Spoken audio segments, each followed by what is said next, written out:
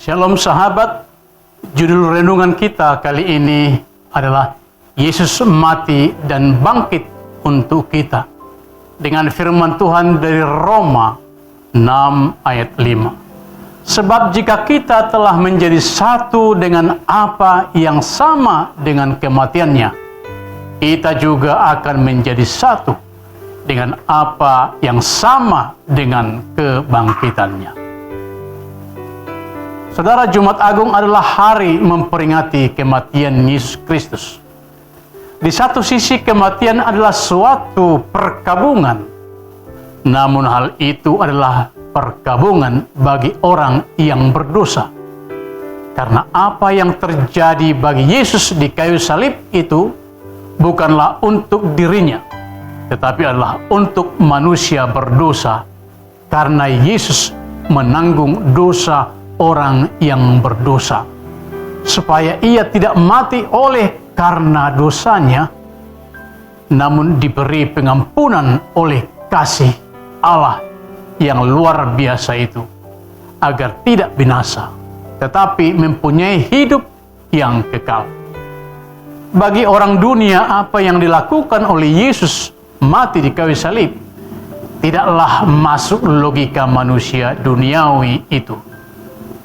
Itu sebabnya dikatakan dalam 1 Korintus 1 ayat 18, sebab pemberitaan tentang salib memang adalah kebodohan bagi mereka yang akan binasa.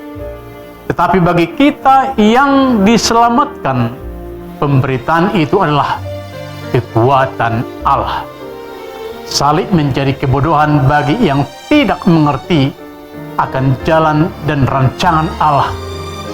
Namun salib adalah lambang kemuliaan, karena melalui jalan saliblah Allah berkarya demi keselamatan yang kekal itu.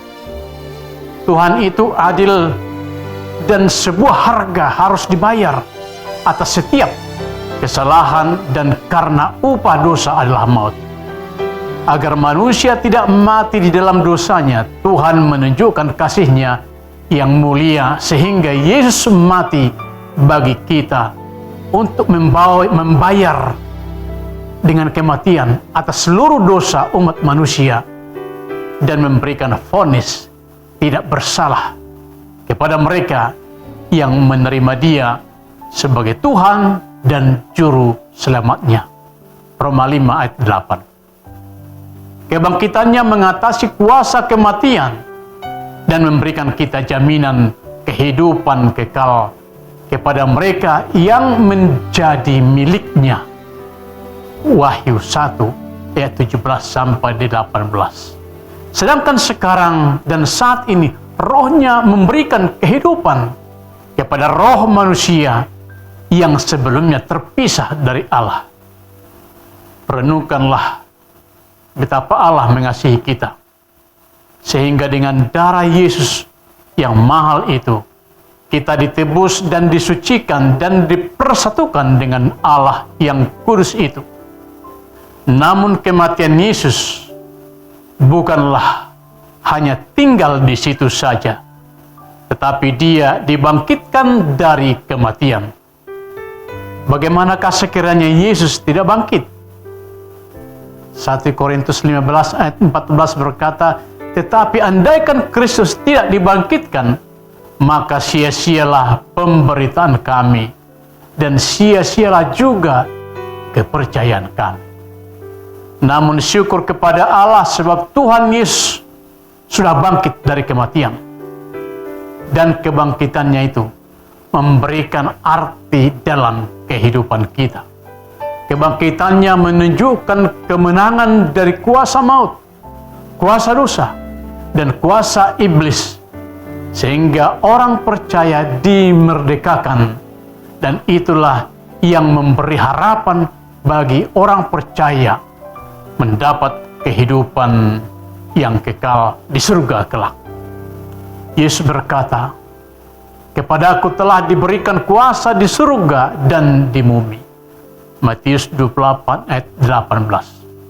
Yesus adalah penguasa atas segala sesuatu, dan kuasa itu ia berikan juga kepada para murid dan segenap orang percaya untuk memanifestasikan kuasa Allah dalam kehidupan untuk menjangkau jiwa-jiwa bagi Tuhan. Sebab itu kita telah menjadi satu dengan Kristus, di mana kita telah menerima baptisan, menunjukkan kesatuan kita di dalam kematiannya dan kesatuan kita di dalam kebangkitannya. Kita tidak lagi takut akan bayang-bayang dosa kita, karena Allah telah mengampuni, dan kita tidak lagi takut akan bayang-bayang kematian, karena Tuhan telah mengalahkan kematian itu. Sehingga bila kita pun mati, akan dibangkitkan menuju keabadian itu.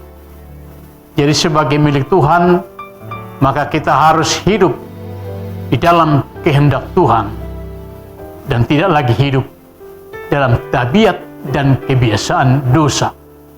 Melainkan hidup kita akan berbuah manis. Arahkanlah iman kita kepada Yesus dan tanggalkanlah semua beban dosa dan kekhawatiran serta keinginan duniawi, dan bangkitlah untuk selalu semangat melayani Dia yang memberi kemenangan itu. Bila mentari di pagi hari bersinar, itu adalah anugerah. Bila Kristus rela mati untuk kita, itu karena kasih-Nya kepada kita. Dan saat ini Ia telah bangkit, itulah kemenangan kita. Kasih Kristus senantiasa bersama kita. Kebangkitannya membuat kita umat-Nya menjadi baru dan dibaharui oleh kasih dan pengorbanannya. Saya mengucapkan selamat Paskah untuk saudara-saudara sekalian. Semoga sehat selalu. Demikian firman Tuhan kita kali ini. Jangan jemu-jemu berbuat baik. Kita berdoa. Biarlah kematian dan kebangkitan-Mu Yesus memberikan semangat untuk berjalan dengan-Mu Tuhan. Amin.